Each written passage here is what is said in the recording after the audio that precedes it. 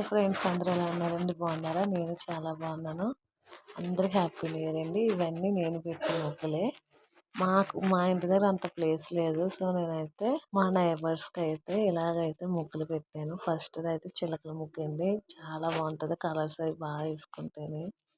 And అలాగే ఇది కొంచెం బాక్సుల టైప్లోనే వస్తుంది. అండ్ ఇదైతే శంఖాల ముగ్గు అండి.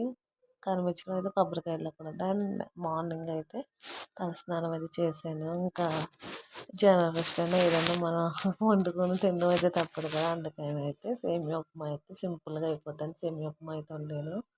నిమ్మకాయ ఇలా కొయ్యకూడదండి, నేను కోయలేదు, మా హస్బెండ్ కోసారు. అది తను నా ఫ్రెండ్ అండి.